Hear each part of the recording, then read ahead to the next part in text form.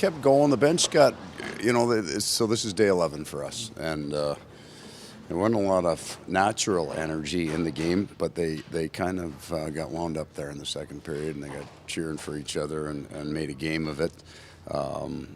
So it was good. You get a chance to play bigger minutes for a lot of these guys. We have guys, in that 15 to 18 minute range. They've never had a chance to do that in a National League game, and they had a good bunch of NHLers playing against them tonight. But fortunately, we had the goalie going, so we were in good shape. Talk about Spence. You touched on it there, but a lot of highlight reel saves.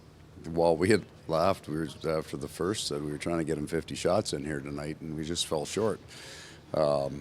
Boy, he made some great saves, squaring the net, and really focused for young goaltenders, right? Trying to get to that regular season focus early sometimes can be a challenge, and he looks right dialed in. And then obviously a game like this is an opportunity for younger guys to play, but also for some of the regulars to maybe take on an expanded role. You'd had to playing a lot of minutes tonight. Yeah. He's been looking sharp all camp. Yeah, and that was and for this guy would come into the league and play with kind of two veteran guys last year for the most part, but in a fourth line role. So, but he also then has kind of spent camp playing with two other young players that are trying to find their way around the rink a little bit. So that's the pressure on a center iceman. Can you cover off younger players on your wings? Kind of the first sign that center icemen have to play their own game for sure, but part of that job is covering off other people around the ice. You're the first safety valve in that department, so he was good. Brent Burns, a couple goals tonight.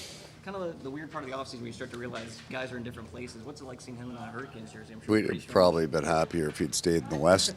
Just such a dynamic player and a dynamic personality. So good for the game. He's fun to watch. He's got so many unusual things that he does exceptionally well. That strong side one-timer for years.